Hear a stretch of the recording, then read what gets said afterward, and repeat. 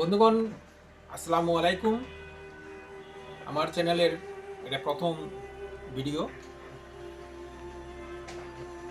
আজকে প্রথম যে বিজনেস আইডিয়াটা শেয়ার করব, সেটা আপনি কম পুঁজিতে ছোট্ট একটা দোকান নিয়ে ব্যবসাটা শুরু করতে পারবেন। সেটা হচ্ছে এলপিজি গ্যাস। এলপিজি গ্যাস ছোট্ট একটা দোকান নিয়ে ব্যবসা করতে আপনার শুধুমাত্র একটা দোকান লাগবে, ছোট্ট একটা দোকান আর একটা ট্রেড লাইসেন্স। আমাদের দেশে বর্তমানে বেসরকারি উদ্যোগে অনেকগুলো এলপিজি প্লান্ট আছে। ওই প্লান্টের অনেকগুলো ডিলার আছে। ডিলার নিতে গেলে অনেক নিয়ম কানুন, আপনার সেসবে যাওয়ার দরকার। কোর্স নিলে জানবেন বিভিন্ন বেসরকারি এলপিজি গ্যাসের ডিলার আপনার এলাকায় আছে। তাদের সাথে যোগাযোগ করেন। মাত্র 10টা বোতল দিয়ে শুরু করেন।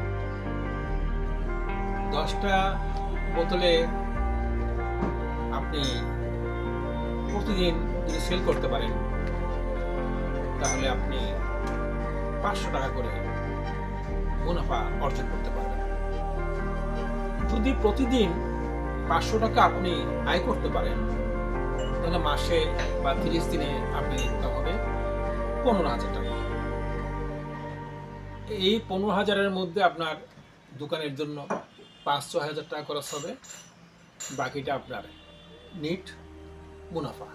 আপনি নিজেই বাসায় বাসায় দিয়ে আসবেন, মার্কেটিংটা আপনি নিজেই করবেন। 10টা থেকে 20টা হলে আপনার প্রফিট হবে 30,000 টাকা। যদি 30টা করতে পারেন, তাহলে হবে 45,000 টাকা।